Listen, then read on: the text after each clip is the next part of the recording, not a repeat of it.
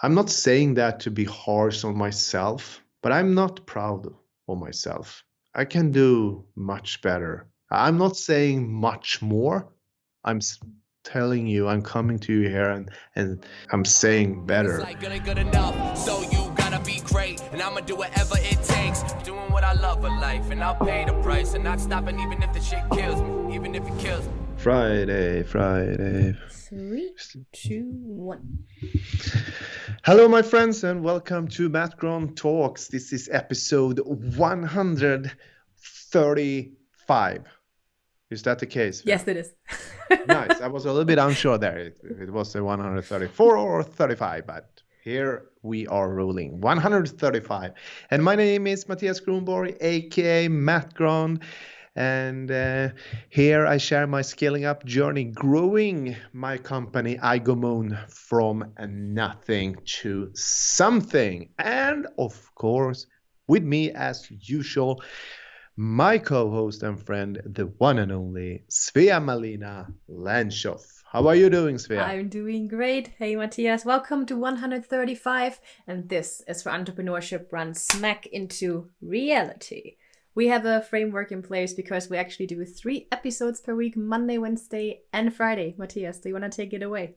Yes, of course. And we have a framework for you guys. Every Monday, we talk about self-development, and I share my own journey growing as a leader and a human being. And then every Wednesday, we talk about everything I'm learning in the entrepreneurial process, growing iGoMoon. And every Friday, I also share my weekly self-inventory, and I talk about things I could have done differently. I also share what I learned, and we are celebrating the victories. Yes, we are. So let's take it away. Our Friday episode, and I think this week is a bit special because you were actually sick and you were at home the whole week, I guess. So how did that go, like running the company from home?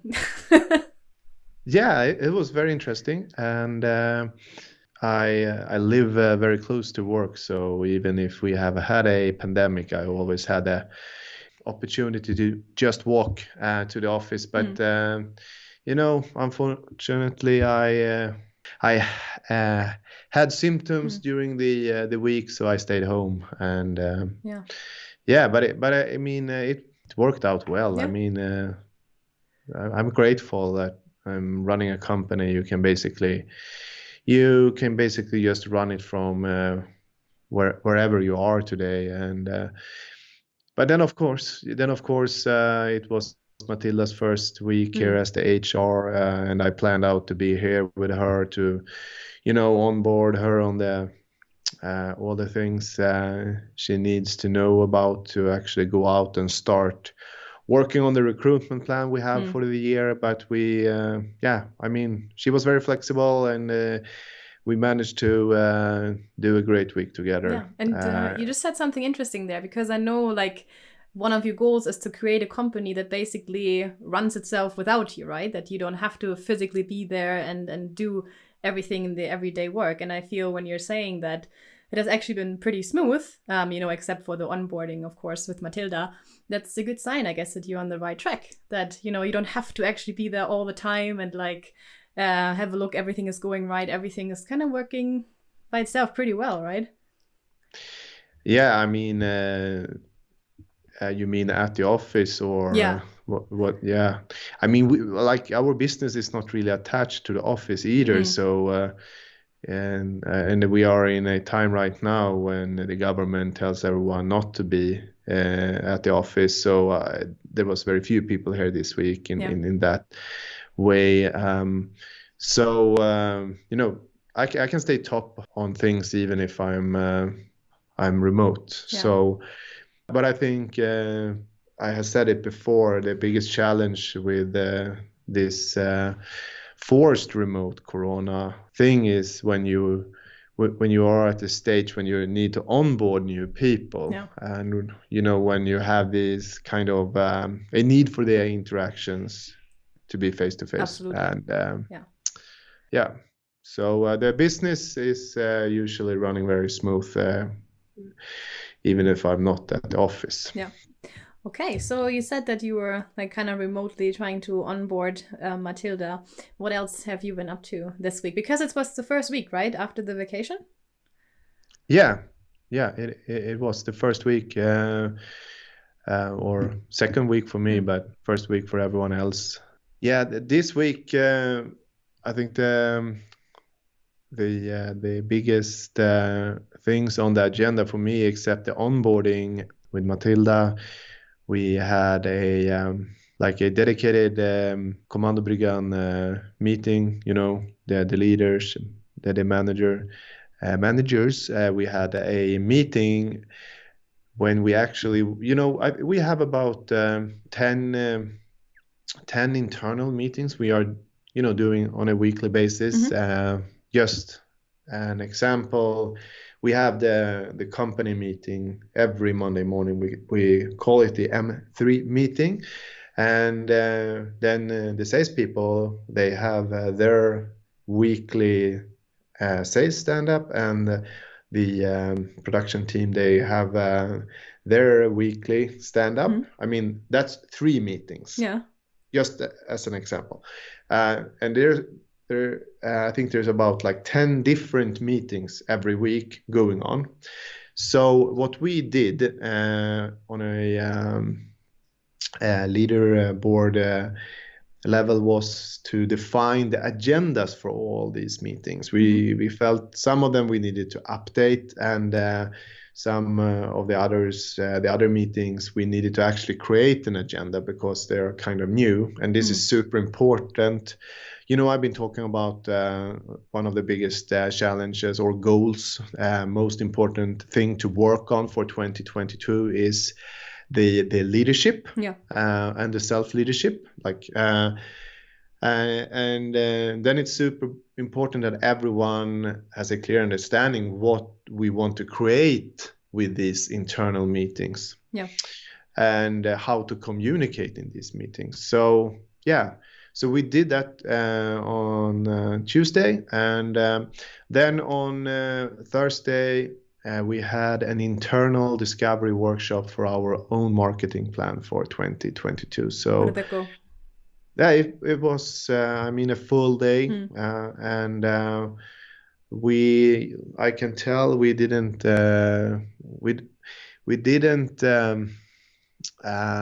lack the creativity to come up with a lot of ideas, at least. Okay, that's good. Yeah, so that's good. And now the most important thing is actually to plan them out and execute and do things.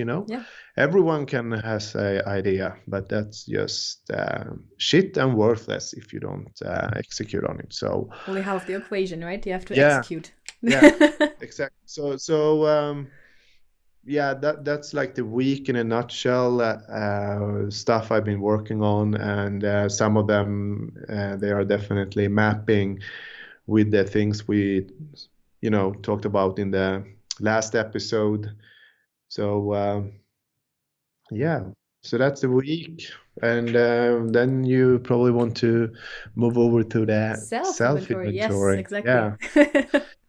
Yeah, so I shared it here in the Stay Crisp Slack channel, and we spoke about it early this week, but something I need to be very brave and step up the game is my own leadership game. And, first I need to keep myself accountable, and then I also need to keep everyone else accountable, especially the leader that I work closest with. And it's not okay to come, unprepared to a meeting when you have promised to deliver something. And in that case, you are just, wasting everyone else's time. And I have done that. I'm not a saint, but I just want to say that, when we're talking about the leadership, I want to improve the leadership for the year. And I'm looking a lot in the mirror at myself, and thinking about that over the Christmas break. I'm not saying that to be harsh on myself, but I'm not proud of myself. I can do much better. I'm not saying much more. I'm telling you, I'm coming to you here and I'm saying better. Because the goals I have, I think I need to use my time wisely, and I must be efficient, and then I must make myself more efficient, and in that way I hopefully can affect other people to become more efficient. And so the better leadership at iGoMoon, it starts with me today. And during the Christmas break, I reread a book, the 1 Minute Manager book. I don't know if we spoke about that before. It was on your reading list, I think, like books that every entrepreneur should read for sure. I remember that. Yeah, I love that book. It's exactly as the Build to Sell book. It's a kind of a fiction story. It's tight. It's about like 100 pages. I don't know, maybe not even that many pages. But in that book, there is like a 1 Minute Manager game plan, like a framework. And it goes very much hand in hand with what I just shared, because it's like an easy framework with arrows to just follow. Depending on, everything starts with having a goal, and if you and I, Svea, if we work together, like let's say you are one of the managers that I coach on a weekly basis, and then you and I, we need to have goals, right? We have long-term, we have short-term goals. There could be long-term goals that you have a goal to become a COO in, let's say, 2 years. Maybe something you shared on a growth call together with me. And then we might have, short-term goals. Let's say you're a team leader and you come to me on a Friday and say you are stressed, you have so much to do, and you're not feeling well because of that. And then we together identify that a solution to that might be giving another person in your team more responsibility, and let's hand over to customers, And we talk about that and we decide that. Can you see now that we have like a long-term and a short-term goal to work on? And then you run off and we meet another time. And what is very, typical for me, where I can become better, is to follow up on your long-term or your short-term goal. Like, to navigate that conversation together with you. So then I can use this framework from that book, and then you and I, we document your goals every time when we meet on a weekly basis in the coaching session. We have 15 to 20 minute check-in, and then we have the goal defined, and then we have also as well the deadline for it, the long-term goal and the short-term. Together we decide or we agree what kind of behaviors we need to actually put in to be able to perform, to get some performance towards this goal. And it's a simple way, define deadline, what kind of behavior to map with the performance. And it's simple, and I'm not doing that, and that is really tied to my first thing I shared. How can I be a better leader to actually follow up on things? So now I created this. I call it the one-pager game plan, one-pager goal setting template. So every time we have a discussion, we put things there. Not the action list, just the goals. Because then when we meet, then we can talk about them. It might sound very simple and what's the big thing? And the big thing is the simple thing in this case. To actually establish that rhythm, And in that way, you could also start with this goal setting template. You could also start getting a much better self leadership among everyone, because if depending, you can easily then ask every week, okay, is the goal achieved? Yeah, that's what I wanted to say. I think the deadline part is very important here because it holds everyone accountable and they know what to deliver. And I feel the part where you said like, okay, you have like long-term goal, short-term goal, what kind of things do we need to bring in here in order to achieve it? And like you said, I feel you can definitely look at it also from a self-leadership standpoint and use that concept for that. I think it's like you said, it's a simple thing, but I'm sure this is very effective if you use it right.